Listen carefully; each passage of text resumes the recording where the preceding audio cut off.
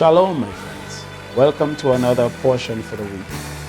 And this week's portion is called Korach. Some Bible says Korach. The portion for the week is taken from Numbers, Bamidbar, chapter 16, verses 1 to chapter 18, verse 32. This portion is a very important portion for us. And the teaching in this portion teaches us a very valuable lesson. And it is going to teach us how to respect and to honor God's choice and God's order. And this portion is about the rebellion against the order of God and His instructions. And in this portion, God reestablished the order that He set up for Israel, His people. Korach and his men tried to overthrow Moses and Aaron's leadership. According to Paul in 2 Timothy chapter 2, verses 5, Paul said to Timothy, also in verse 5, if anyone competes as an athlete, he is not crowned victoriously unless he competes according to the rules. So he will not be crowned victoriously unless he competes according to the rules. Who sets the rules? God is the one setting the rules and giving the instructions concerning leadership. And unfortunately, Korah and the rebels, the men that joined with him, they did not respect the order of God, and also they did not play by the rules. So therefore, they were not crowned victoriously. We will see the result of these men in this portion as we keep reading. But it is important for us to understand that we must abide by the rules that govern our relationship with God, our relationship with leadership, and with our fellow men. The portion starts in Numbers 16, verses 1. We're going to read. Now Korah, the son of Issachar, son of Kohath, son of Levi, and Dathan and Abiram, the sons of Eliab, and on the sons of Peleth, sons of Reuben. They took men, and they rose up before Moses with a number of the people of Israel. Listen to this. 250 chiefs of the congregation, chosen from the assembly, well-known men. They were princes. They were leaders. They perhaps made up of the Sanhedrin. And they were princes. 250 of these men, they assembled themselves together against Moses and against Aaron and said to them, you have gone too far. They said to Moses and Aaron, you have gone too far, for all in the congregation are holy. Every one of them, they said, and the Lord is among them. Why then do you exalt yourself above the assembly of the Lord? Listen to these men. Korah was Moses' first cousin, who was leading this rebellion. And he did not remember what happened to Miriam, Moses' sister, who said something very similar against Moses. In Numbers chapter 12, we're going to go back to a few chapters before, portion before. Numbers chapter 12, verse 1. Then Miriam and Aaron spoke against Moses on the account of the Cushite woman he married. Because he had married a Cushite woman, they asked, has Adonai spoken only through Moses? Hasn't he also spoken through us? What did God say to Aaron and Miriam? Numbers 12, verses 6. Hear now my words, God said. When there is a prophet of Adonai, I reveal myself in a vision. I speak to him in a dream. Not so with my servant Moses. In all my house he is faithful. I speak with him face to face, plainly and not in riddles. He even looks at the form of Adonai, why then were you not afraid to speak against my servant Moses? We must remember that Moses did not choose himself to lead Israel, but God did. Moses even asked God to reconsider his choice and tried to talk God out of choosing him and recommended Aaron. What was God's response to such actions from Miriam and Aaron? God knows the heart of all men. And God is the one who chooses and sets up kings and bring down kings. And Miriam and Aaron, Miriam was the instigator, Aaron was the listener and supporter of Miriam. But they simply did not respect the position of Moses because God seems to speak to them and because they had some spiritual role. But their role was not the same role as Moses. They had a different capacity. They had a different calling. And they wanted to invade Moses' calling because of some discrepancy of something they disagree with. That is not your calling and your duty. So what was God's response? So Moses tried to talk God out of choosing him. Let's go to Exodus chapter 3 and hear what God had to say about that. Now, Exodus chapter 3 verses 12, God said, "Now go, I will be with your mouth and teach you what to say." But he said, "Please, please, send it by another hand." Then the anger of Adonai was kindled against Moses. So he said, "In fact, Aaron the Levite is your brother. I know that he can speak well. Moreover, he is on the way to meet you. When he sees you, he will be glad in his heart. You are to speak to him and put the words in his mouth. I will be with your mouth and with his, and teach you what to do. He will be your spokesman to the people, so that he may act as a mouthpiece for you. And it will be as if you were as God for him. Now then, you must take this staff in your hand to do the signs." So Moses did not exalt himself, nor choose himself, but God chose him. Anyone that opposed Moses was opposing the order that God himself set up. What was Moses' reaction to the rebellion of these men? What was Moses' reaction? How did Moses respond? We go back to Numbers 16 in the Parashat, verse 4. When Moses heard it, Moses fell on his face, and he said to Korah and to all his company, "In the morning the Lord will show you who is his, and who is holy, and will bring him near to him. The one whom he chooses, he will bring near to him.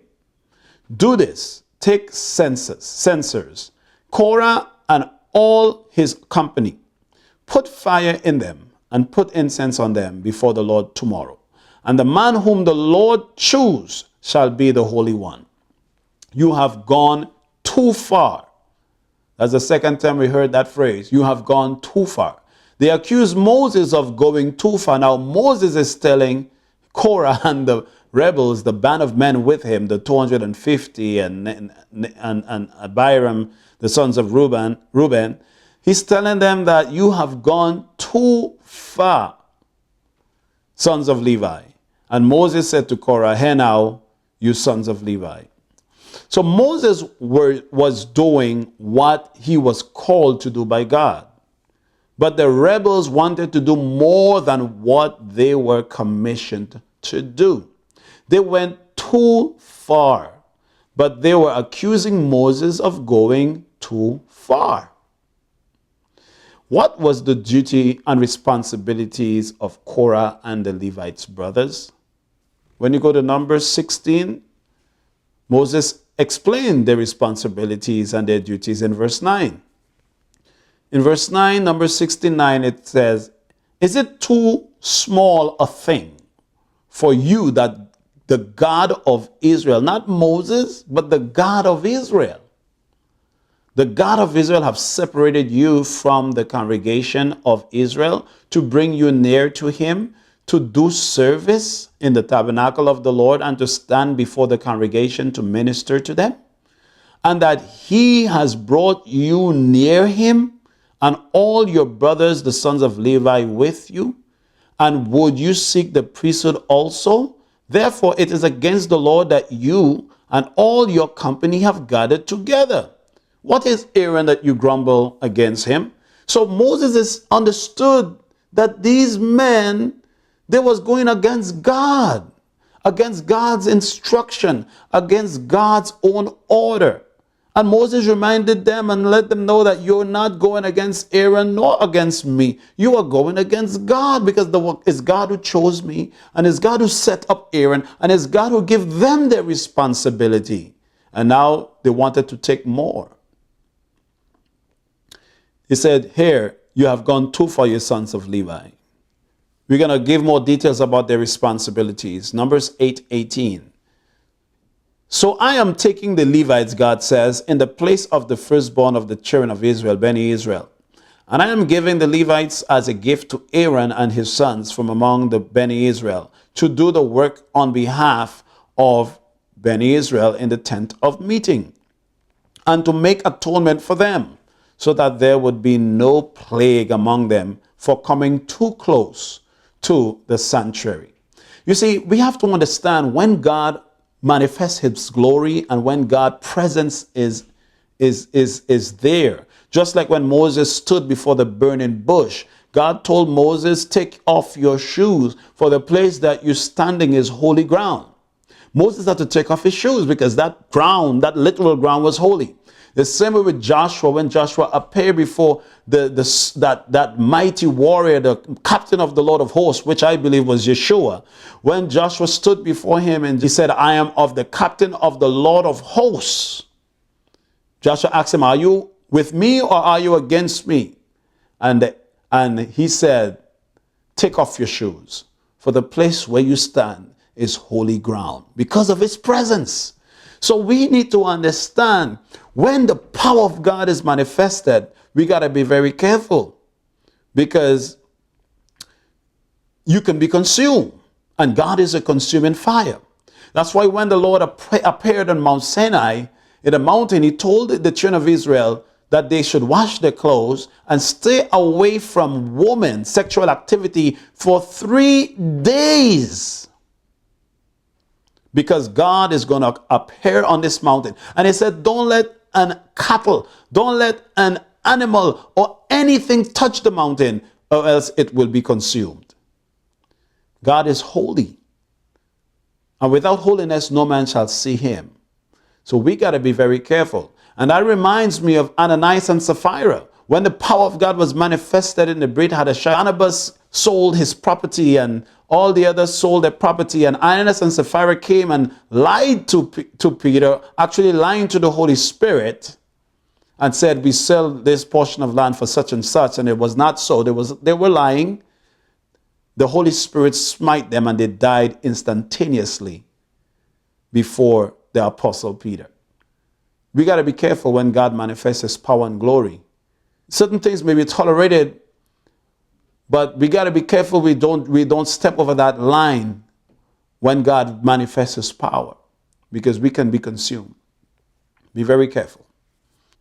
So that there would be no plague among them for coming too close to the sanctuary. And this is to remind us that we have to condition ourselves and be prepared when God reveal himself, when God manifests his glory, because we can be consumed. So the Levites was given a responsibility to cover and to protect the rest of the Israelites, that they would not be consumed in God's presence, because God was in the midst of Israel, and God is so holy. He needed to set the order to approach him. And that's why the Israelites would surround the tent meeting, the tabernacle with their tents. And then the Levites would be around the tent, protecting, cushioning the Israelites from the tent meeting. And then the priests would be protecting and the one into the holy place, the holy vessels. The priest is the one that was responsible for that. And then the high priest was the only one that was to go into the most holy place to approach God, to speak to God, and to make atonement for Israel. Because why? God is holy. This is about God. It's not about man and man rule and man's authority. We need to recognize that. And that is what we need to operate from the fear of God and about God's authority and God's order and God's glory. If we don't understand that, we can be in dire trouble, in a very grave situation. Our life would be at risk. We have to be very careful.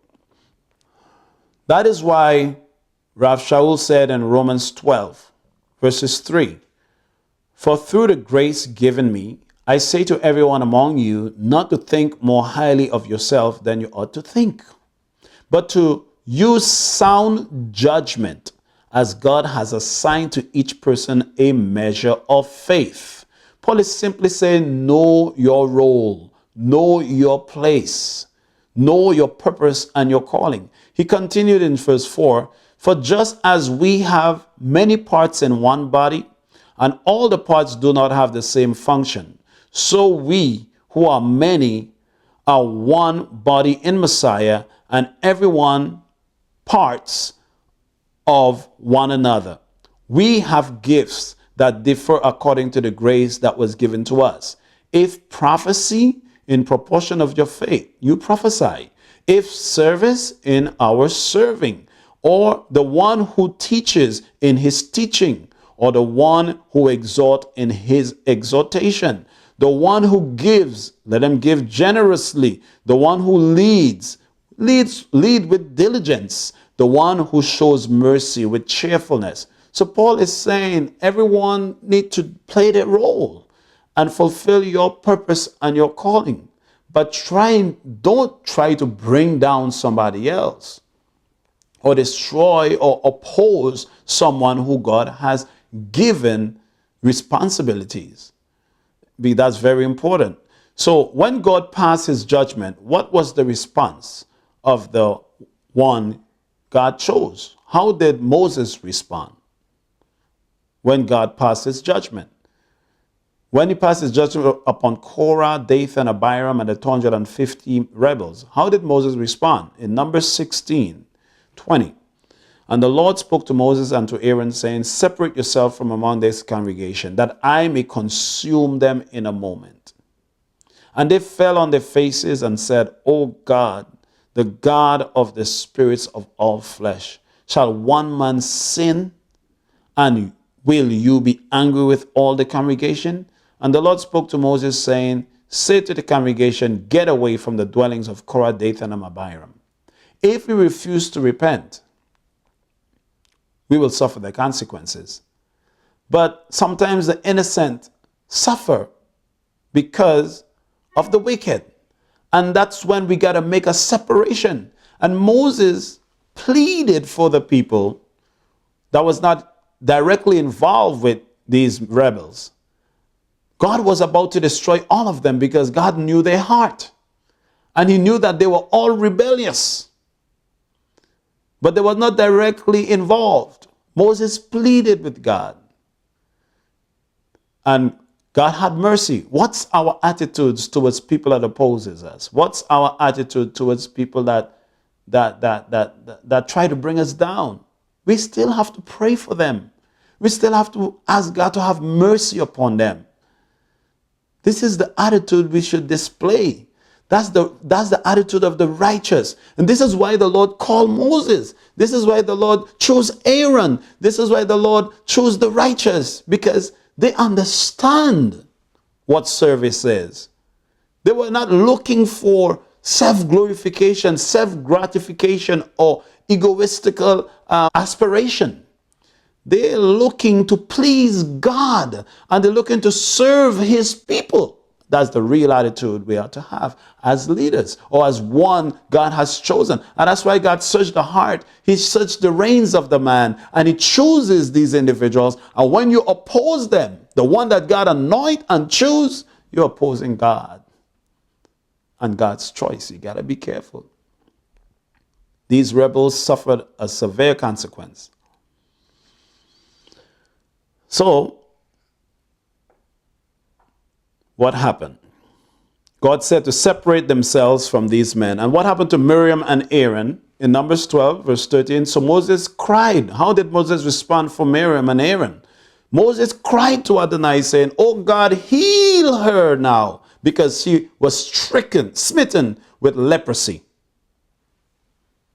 And Moses cried for her, pleading for her cause. He was a true servant of God. What about the evil congregation of Israel that accused Moses of killing the people of God? Numbers 16, verse 44. And the Lord spake to Moses, saying, "Get away from the midst of the congregation, that I may consume them in a moment." And they fell on their faces. And Moses said to Aaron, "Take your censer and put fire on it from off the altar, and lay incense on it, and carry it quickly to the congregation, and make atonement for them, for wrath has gone out from the Lord. The plague has begun." Trouble. So Aaron took it as Moses said, and ran into the midst of the assembly, and behold, the plague had already begun among the people. And he put on the incense and made atonement for the people, and he stood between the dead and the living, and the plague was stopped. You see, Moses constantly pleaded for Israel, even though God knew their heart and God knew the outcome. And many times God wanted to just destroy them. Moses constantly pled for them. And ultimately, eventually, they would be destroyed, all of them who saw his glory and the manifestation of his awesome power in Egypt and refused to trust and obey him.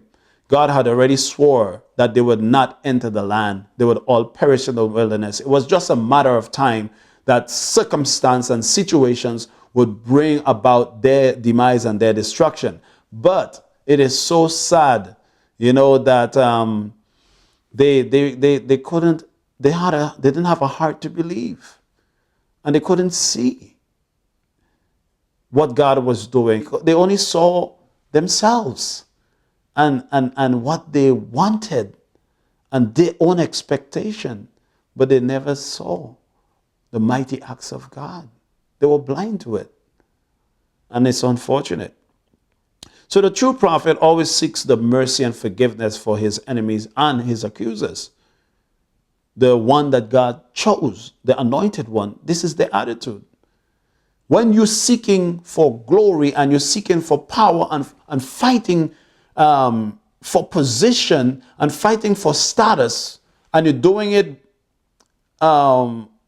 against the protocols and against the law and not lawfully and not according to God's instruction, you're seeking glory for yourself and not glory for God. You're seeking status for yourself.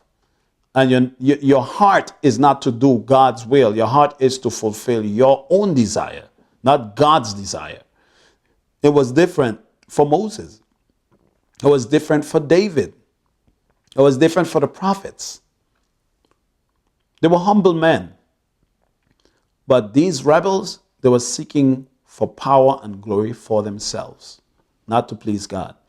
Another example, King David said in Psalms 35, verse 11, false witness, you're going to understand the heart of David, why God said he's a man after mine own heart. Hear what he says in verse 11, Psalms 35. False witnesses did rise up. They laid to my charge things that I knew not. They rewarded me evil for good, to the spoiling of my soul. But as for me, David said, but as for me, when they were sick, my clothing was sackcloth. I humbled my soul with fasting, and my prayer returned into mine own bosom.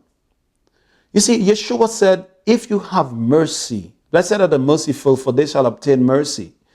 And he said that if you forgive men their trespasses, the Father will also forgive you of your trespasses.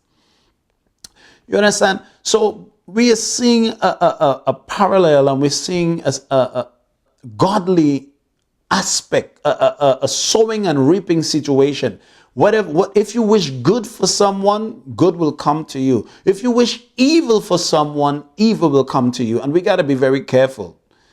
For David, he said, when they were sick, the ones who were seeking his own demise, his destruction, when they were sick, David said, my clothing was of sackcloth. I humbled my soul with fasting, and my prayer returned into my own bosom. I behaved myself as though they had been my friend or brother. But there was his enemy. They were his enemies. I bowed down heavily as one that mourned for his mother. See the attitude of David? He didn't gloat and wish the destruction and rejoice at the destruction that come upon the wicked. Those who try to oppose him or bring him down.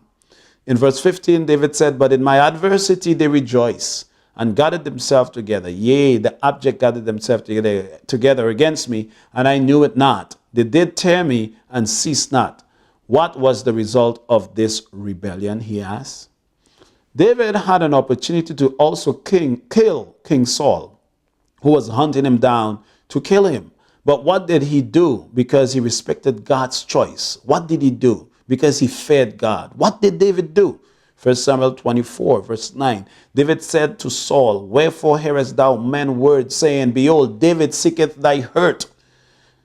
Verse 10 says, behold, this day thine eyes have seen how that the Lord has delivered thee today into mine hand in the cave.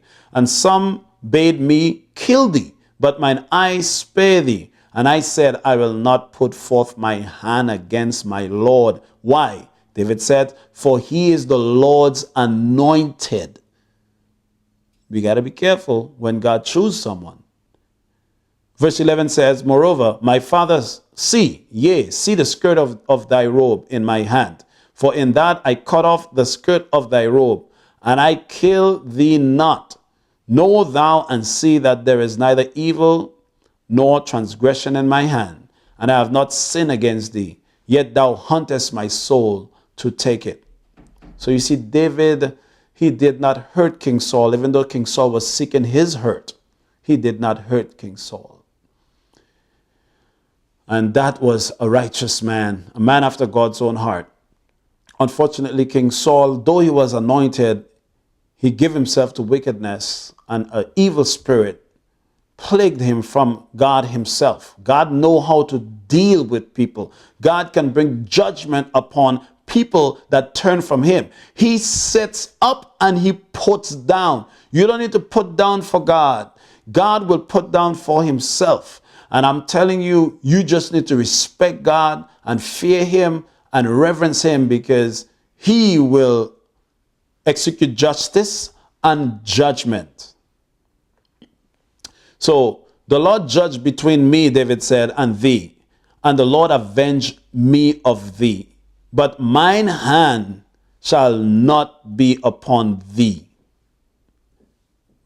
As the proverb of the ancients, wickedness proceeded from the wicked, but my hand shall not be upon thee. So David is solemnly saying, King Saul, if you want to practice wickedness, go ahead. But as for me, you will not make me wicked. I will not take action into mine own hands. And David tried everything in his power, until he even went to the king of Achish, the king of the Philistines, running away from King Saul because he did not want to touch God's anointed. Would we do that? We would say that was self-defense. I had no choice. He was going to kill me. But David tried everything.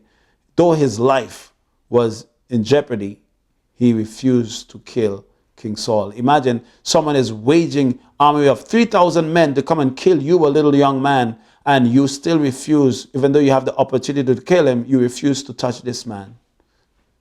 That was a righteous man. How did David react to King Saul's death? 2 Samuel 1:6.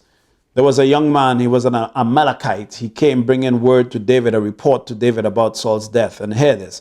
For 2 Samuel 1:6, The young man informing him answered, I happened by chance to be on the Mount Gilboa, and look, Saul was leaning on his spear, while the chariots and the horsemen were closing in on him. When he turned around, he saw me. He called me. So I answered, Here am I. Then he asked me, Who are you?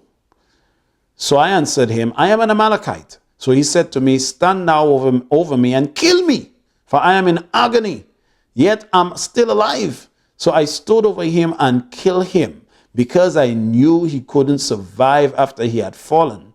Then I took the crown that was on his head and the bracelet that was on his arm and brought them here to my Lord.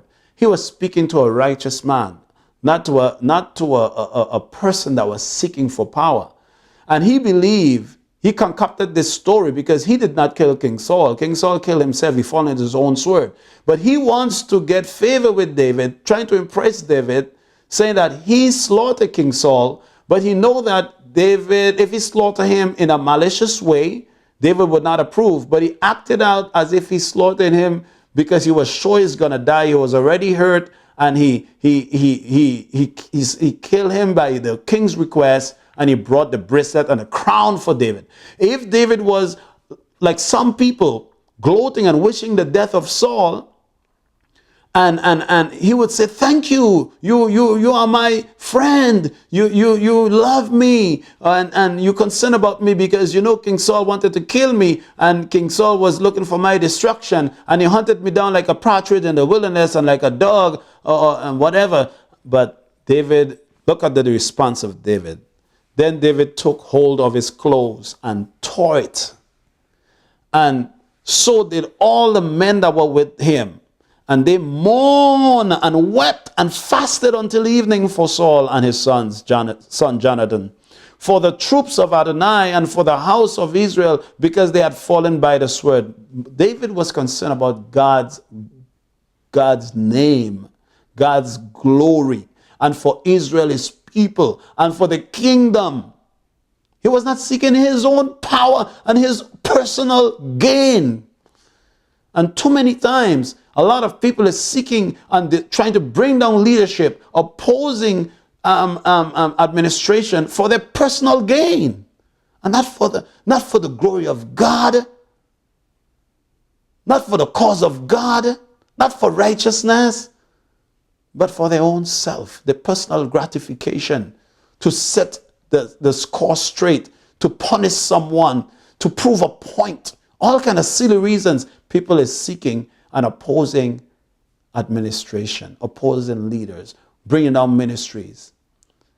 This is a lesson. We're going to know what happened to Korah, Dathan, and Abiram, and to all those that oppose God's order. So David and the men wept. Then David said to the young man who informed him, Where are you from? The young man said, I am a son of an Amalekite. Amalek. An outsider, he replied. That's worse, because the Amalekites was to be adversaries against God forever, against Israel forever, because of what they did to Moses and the children of Israel when they were leaving Egypt. They attacked them from the behind, and they did like a malicious act. They attacked the poor, the weak, and the old ones in the back. And God said, I will perpetually they will be my enemy forever. This was worse. He was an Amalekite. Then David said to him, How is it that you were not afraid to stretch out your hand to destroy Adonai's anointed one? David was a Jew from Judah, an anointed king, anointed by the prophet, and he refused to touch this king. This crazy Amalekite, coming from where he come from, he was not afraid to touch Israel's king, the God of heaven and earth's king. David asked the question, were you not afraid to stretch your hand to destroy Adonai's anointed one? You see how David saw it? Adonai's. Then David called one of the young men and said, Come and strike him down. And he struck him down and he died. David said to him, Your blood is on your own head. For your mouth testify against you, saying, I kill Adonai's anointed. Touch not God's anointed. And don't do God's prophet any harm. God will deal with his anointed. And God will use the wicked. If a wicked person is supposed to do some wickedness to one of God's anointed, it will happen. That wicked man will get his punishment. Yes. But you, the chosen of God, you who know God, you understand who God is, and you understand the order of God, don't you dare touch the anointed of God or stand with anyone, support anyone that is opposing or standing up against the order of God. What was Yeshua's response? Before we go to that, David clearly was not seeking for power or to overthrow King Saul. He only wanted to serve God, his king, and his people Israel. That was David's objective. So he mourned and wept for King Saul at his death, even though King Saul was seeking his destruction. What was Yeshua's response to the enemies who wanted him dead? Luke 23, verse 34. But Yeshua was saying, Father, forgive them, for they do not know what they are doing. Then they cast lots, dividing up his clothing. So on Yeshua, on the cross, on that tree, Yeshua was dying. And Yeshua pleaded for the Father in heaven to please forgive those that is slaughtering him, because they don't understand what they were doing. They didn't understand who he was. He begged there for their forgiveness, just like Moses did, just like David did for King Saul, and for those who tried to bring him down. What did Stephen say when the mobs was killing him, slaughtering him? Acts 7, verse 59, Stephen. And they went on stoning Stephen as he was calling out, Lord, Yeshua, receive my spirit. Verse 60 says, Then he fell on his knees and cried out with a loud voice, Lord, do not hold this sin against them. After he said this, he died. Is this the spirit that we portraying? Is this the heart that we have? Do we have this heart to love even those who hate us? To pray for those that despitefully use us and persecute us? To do good to them that hate us? To love even our enemies? Do we have that heart? David had it. Moses had it. Yeshua had it. Stephen had it. And all of the early saints who died mercilessly at the hands of wicked men, they died with peace and love towards all humanity, never holding a malice or a grudge. Do we have this attitude? Psalms 105, David said in verse 14, He allowed no one to oppress them. For their sake, he rebuked kings. Yes, God rebuked kings for his people Israel, for Abraham, Isaac, and Jacob. He plagued Pharaoh and Pharaoh's kingdom. He plagued Abimelech, the king of Gerar, the Philistines' kingdom for Abraham and Isaac. He punished Moab. He punished the Amalekites. He punished Pharaoh. He punished Egypt. He poured his wrath upon the Canaanites for his people, saying, Touch not mine anointed ones, and do my prophets no harm. Be careful what we say against Abraham, Isaac, and Jacob and the children of Israel. Be careful what we say against the chosen of God, the ones that God chose, his leaders, the anointed ones of God. Be careful. Even though they do wrong, even though they commit sin, be very careful how you handle them, because they are God's anointed. Be very careful, because the way you deal with them is the way that God sees how you regard him, how much respect and reverence you have for him. That's why God asked Miriam, were you not afraid to speak against my servant Moses because of how I deal with him? So I want us to think about this very carefully and be very careful. We're going to have a part 2 of this study of Korah, and we will examine the punishment that God pronounced upon the men that rebel against Moses and that stand against the order of God and the results of their rebellion. We're going to examine that carefully, and we want to, so stay tuned to part 2. We're going to discuss that. Thank you very much. Shalom.